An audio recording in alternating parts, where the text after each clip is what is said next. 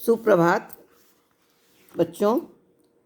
ये हमारा हिंदी विषय में हम लोग इस समय हिंदी काव्य खंड के तुलसीदास द्वारा रचित कवितावली के अयोध्या कांड से लिया गया वन पथ पर जो शीर्षक है उसका अध्ययन करने जा रहे हैं। इसके पहले हम लोगों ने रामचरितमानस के बालकांड से जो अवतरित है धनुष भंग उसका अध्ययन किया। वन पथ पर पहले इसका वाचन करेंगे, फिर हम आपको बताएंगे। पुरते निकसी रघुवीर बधु दरि धीर दये मग में डग द्वई जलकति भरी भाल कनी जल की पुट सूख गए मधुराधर वही फिर बूझती हैं चलनो अब कैतिक पर्ण कुटी करियों कित है तिय की लखी आतुरता पिए की अखियाँ अति चारु चली जल छई। देखिए, सबसे पहले तो हम लोग संदर्भ पढ़ेंगे। संदर्भ क्या लिखेंगे? प्रस्तुत पद्यांश हमारी पाठ्य पुस्तक हिंदी के काव्यखंड से के विनय वन पथ पर नामक पाठ से लिया गया है। इसके रचयिता गोस्वामी तुलसीदास जी हैं। ये गोस्वामी तुलसीदास जी द्वारा रचित कवितावली के अयोध्या कांड से अवतरित है। उसके बाद एक लाइन में इसका प्रसंग भी लिखेंगे। क्या लिखेंगे? कवि ने अयोध्या से वन की ओर जाते हुए पैदल सुकुमारी सीता की करुण दशा का बहुत ही मार्मिक वर्णन किया है।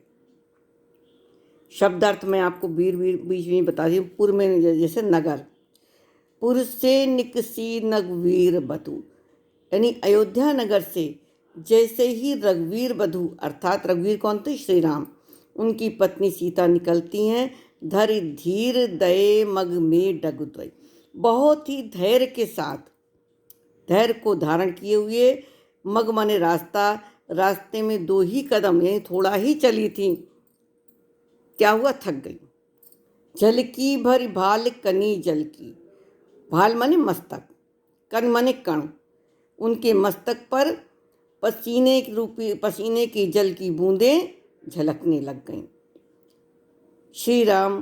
रघुवीर श्री राम की पत्नी सीता अयोध्या नगर से निकलकर 2 ही कदम आगे बढ़ी थी, थोड़ा ही चली थी कि उनके मस्तक पर पसीने के जल की बूंदें झलकने लग गई।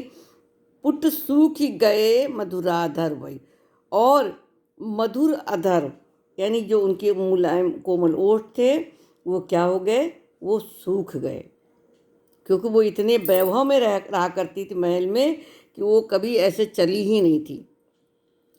फिर बूझती हैं चलनो अब केतिक, थोड़ा चलने के बाद श्री राम से पूछती हैं कि बताइए अब कितना और चलना है। पर्णकुटी करियो कितवई, कहाँ पर आप चल करके पर्णकुटी यानी कुटिया बनाएंगे, अभी कितना और चलना है। तिय के लखी आतुरता पिए की अखियाँ अति चारु चली जलछी। कहते इस अब श्री राम अपनी पत्नी की सीता की थकावट को, व्याकुलता को समझ गए और उनके नेत्रों से अश्रुओं की धारा बहने लग गई। आँखियाँ अति चारु चली जैसे उन्होंने अपनी पत्नी की आतुरता को देखा तो उनकी आँखों से अश्रुधारा बह निकली। इसका संदर्भ क्या लिखेंगे कि प्रस्तुत पंक्तियों में सीता जी की सुकुमारता का बहुत ही मार्मिक वर्णन है और सीता के प्रति राम के प्रेम की अभिव्यक्ति भी हुई है। भाषा सुकोमल और मधुर है। शैली चित्रात्मक मुक्तक है, जैसे पढ़िए तो सामने उपस्थित हो गया चित्र। छंद सवैया है, करुण रस है, अनुप्रास और स्वभावोक्ति अलंकार है। इस प्रकार से इसमें दिया। इसके आगे दूसरा देखिए। जल को गए लखन हैं लरिका परिखो पिए छां घरी यो ठाड़े पोछ पसेऊ बयार करो अरुपाएँ पखारियों भूभरी ठाड़े तुलसी रघुबीर प्रियाश्रम जान के बैठी विलम्ब लो कंटक काड़े जानकी नाक नेह लख्यो पुलको तन बारी बिलोचन बाड़े। संदर्भ पूर्वत होगा। पूर्वत शब्द नहीं लिखेंगे, जैसे मैंने बताया है कि प्रस्तुत पद्यांश हमारी पाठ्य पुस्तक हिंदी के काव्य खंड के वन पथ पर नामक पाठ से लिया, उसी तरह लिखिएगा, ये मत लिखिएगा पूर्वत।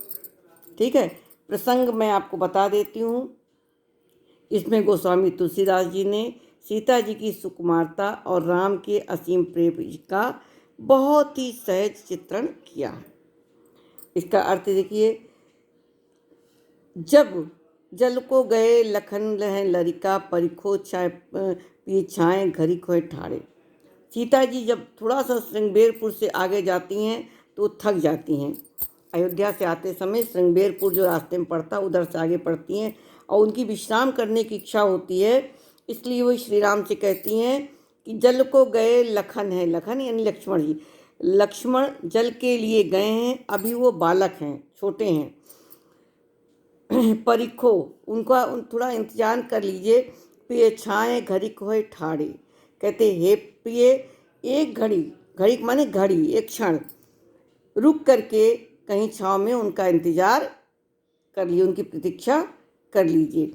पोछ पसेऊ बयारी करूं, कहे आप अपना पसीना पोछिए, मैं बयारी माने हवा, मैं आपको थोड़ी सी हवा कर दूं और पाँव पखारी भुभोरी ठाड़े, और आपके पैरों को पखारी माने धो दूं, जिससे जो रेत में चलते चलते गर्म हो गए हैं थोड़े से वो ठंडे हो जाएंगे। रघुवीर तुलसी रघुवीर प्रिया सम जान के, बैठ विलम्ब लो कंटक काढ़े। तुलसीदास जी कहते हैं रघुवीर अर्थात जब श्री राम ने अपनी प्रिय पत्नी के श्रम मने में मतलब थकान को जाना तो वहीं पर वो बैठ गए। बैठ करके बहुत देरों तक, विलम्ब माने देर करते हुए, जानबूझ के देर करते हुए पैरों से अपने कांटे निकालने लग गए। जानकी ना को ने लख्यो पुल के तनु बारी बिलोचन बाड़े। कहते हैं सीता जी थक गई, ये चाह करके वो वहाँ विश्राम करने लगे, और जब वे बैठ गए और बहुत देर करने लगे तो उनके पैरों में चुभे कांटे निकाल रहे थे। उस समय क्या हुआ कि अपने पति का ऐसा प्रेम देख करके, है ना, जानकी ना को नेक लको, जानकी ने जब अपने पति का ऐसा प्रेम देखा, ना माने स्वामी, स्वामी के प्रेम को देखा तो उनका तनु माने शरीर पुलकित हो गया और बारी बिलोचन बाड़े, बिलोचन माने नेत्रों से प्रेम आंसू की धारा बहने लग गई। ठीक। काव्य सौंदर्य में यहाँ वन पथ पर सीता की व्याकुलता और राम के प्रेम का बहुत ही सजीव चित्रण किया गया है, और भाषा ब्रज भाषा है, मुक्तक शैली है, छवैया छंद है और श्रृंगार रस है। इसको आप लोग पढ़ लीजिएगा। एक और कहिए तो पढ़ा दें। रानी में जानी अजानी महापवि पाहन हूँ ते कठोर हियो है, राजों काज अकाज न जान्यो कयो ती को जिन कान कियो है। ऐसी मनोहर मूरत ये बिछड़े कैसे प्रीतम लोग जियो है, आखिन में सखी राखी वे जोग किए इन्हें किनके वनवास दियो है। अब चूँकि रास्ते में जा रही हैं तो उस समय जो नगर की गांव की स्त्रियां हैं, बधुएं हैं, वो आपस में क्या वार्तालाप करती, राम लक्ष्मण को सीता को देख करके कितनी मुग्ध हो जाती हैं, उसका इसमें वर्णन किया गया है। क्या कह रही हैं, इसका आप लोग पहले प्रसंग संदर्भ पूर्व जो बताया वही रहेगा, प्रसंग बता देती हूँ। राम लक्ष्मण और सीता, राम जब लक्ष्मण और सीता के साथ वन को जा रहे हैं तो गांव की बधुएं उनके रूप माधुरी पर मुग्ध हो जाती हैं, सुंदरता पे मुग्ध हो जाती हैं और आपस में क्या वार्तालाप एक दूसरे से करती हैं, उसका इसमें वर्णन किया गया है। क्या कह रही हैं, हे सखी मैं जान गई, रानी मैं जानी अजानी महा, मैं जान गई कि रानी ने इतने कोमल शरीर वाले राजकुमारों को कठोर वनवास दिया है तो वे महामूर्ख है। रानी में जानी अजानी माने महामूर्ख, अज्ञानी है। पवि पाहन थे, पवि माने वज्र और पाहन माने पत्थर, पत्थर से भी कठोर उसका हियो माने हृदय है। कि हे सखी मैं जान चुकी हूँ कि जिस रानी ने इनको वनवास दिया है उसका हृदय पत्थर से भी अधिक कठोर है। और राजौ काज अकाज न जान्यो। कहते हैं कि राजा ने भी इनको वनवास जाने की इच्छा दे दिया है, अनुमति दे दी है। उन्होंने राज्य के काज को नहीं जाना। कहो ती को जिन कान क्यों, जैसा तिय मन उनकी पत्नी ने कहा उसको उन्होंने बहुत ध्यानपूर्वक सुन लिया, यानी उसको मान करके इनको वनवास दे दिया। ऐसी मनोहर मूर्ति ये बिछुरे कैसे प्रीतम लोग जी। इतनी मनोहर आकर्षक यानी इतनी प्यारी मूर्तियाँ हैं, इनको कैसे इनके प्रिय लोग इनके बिना जिएंगे, ये सोचना ही असंभव है। अखियन में सखी राखिवे जोग, जो आँखों में बसाने वाले हैं, यानी इनको आँखों में बसा लेना चाहिए। ऐसे लोगों को योग धारण करा दिया, सन्यासी बना दिया। इन्हें किम के वनवास दियो, इनको किस प्रकार से रानी ने वनवास दिया, ये सोचने योग्य। कितने निष्ठुर लोग जो उन्होंने उनको वनवास दे दिया। देखिए मैंने आपको 3 पढ़ा दिया है, इसके आगे का कल पढ़ाऊंगी। पहले संदर्भ बता का काव्य सौंदर्य बता दूँ। गांव की बधुओं का जो ग्राम बधुएँ हैं उनका प्रतिक्रिया की अभिव्यक्ति का बहुत ही सजीव चित्रण इसमें किया गया है। अनुप्रास अलंकार की छटा है और आँखियों में रखने जो इसमें लाक्षणिक प्रयोग किया गया है।